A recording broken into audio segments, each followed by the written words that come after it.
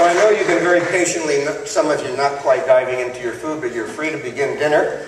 And to begin our awards presentation, please join me in welcoming Mr. Andrew Woods, Chairman of the Liberty Partners Group here in Washington.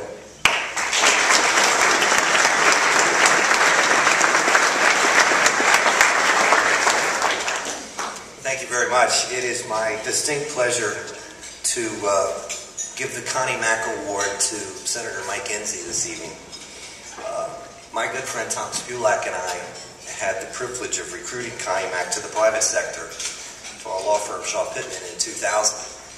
Connie Mack is a dear friend of my family, having grown up in Fort Myers, Florida. He's been close to my family for over 50 years. I think Tom would join me in saying that we've never met a more genuine, compassionate, caring public servant than Connie Mack, the ultimate true gentleman of the Senate. And it is indeed fitting tonight to be able to give this award to another true gentleman, Mike Enzi. Senator Enzi was sworn in as Wyoming's 20th United States Senator on January 7, 1997. Since that time, Senator Enzi has worked tirelessly on healthcare issues impacting most Americans. In addition to serving as the ranking member of the Senate Health Committee, Senator Enzi also serves on the Senate Finance and Senate Budget Committees. These varying roles and Senator Enzi's passion for positive healthcare reform have made him a central figure in the healthcare policy debate in this country. He has been a recipient of many awards to honor his great service to his country's healthcare sector. This evening, we are pleased to honor Senator Enzi with the Connie Mack Award for his outstanding contributions to the advancing of healthy aging through research. Senator Enzi.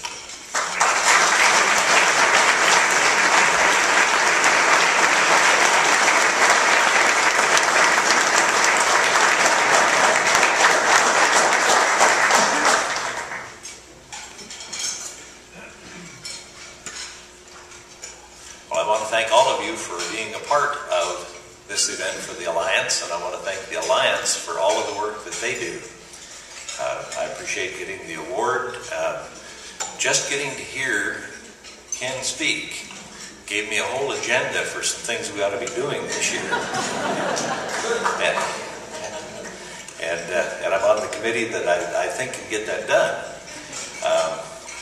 I've gotten to work with some tremendous people in the past and been able to get some things done. One of the people that I really miss is Ted Kennedy.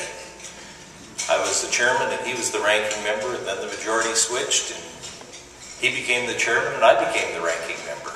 And we just continued to work the way we had been working. At the beginning of the year, we'd write down a list of the things we thought we ought to get that year, and then we'd trade lists. And anything that was on both lists, we got done. Occasionally we'd try to get a few more things from our list on the other list, but it worked out well. We had an 80% rule. And the way that works is we found that we could agree on 80% of the issues.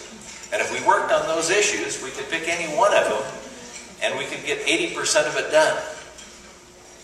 Now there's always a part there that people have been arguing about for years. Some of the bills we passed, they've been arguing about for 10 or 12 years.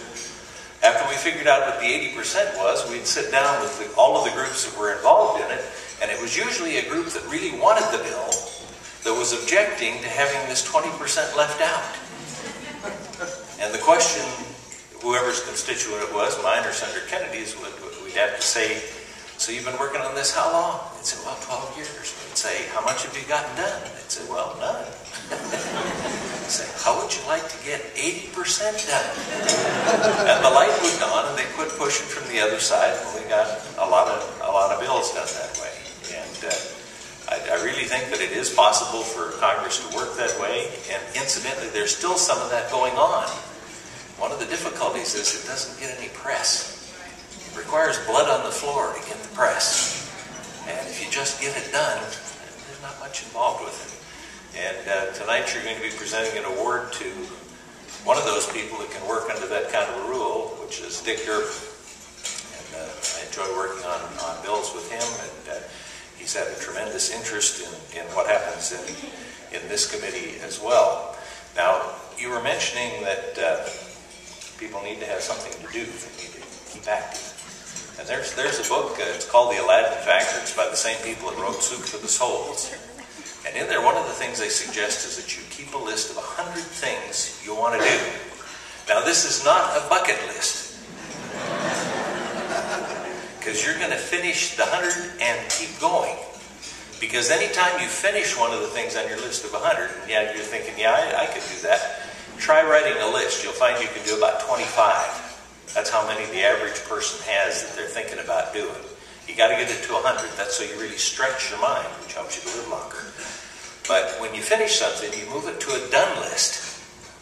And when you're having a bad day, you get out your done list and say, hey, life's been pretty good. Look at all the stuff I've done.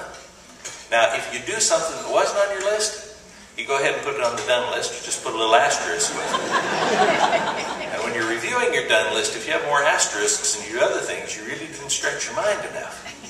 But another important thing is when you finish something, you've got to replace it. It's always got to be 100. Because like I said, it's not a bucket list. Now, one of the reasons you have to keep it at 100 is you're not allowed to die until you finish all 100. Now, that's kind of the